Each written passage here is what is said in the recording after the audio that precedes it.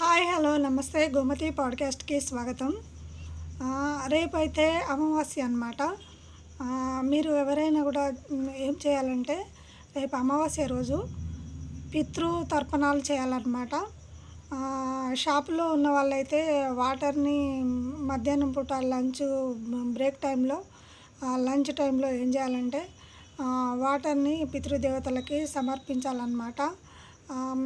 Ladies అయితే ఇళ్ళల్లో ఉంటారు కాబట్టి వాళ్ళు ఏం చేయాలంటే కాకులకి ఎగ్స్ కానీ లేకుంటే పెరుగన్నం కానీ లేదంటే గింజ ధాన్యాలు కానీ అవి వేసి కాకులు మన ఎగ్స్ బాగా తింటాయి అన్నమాట.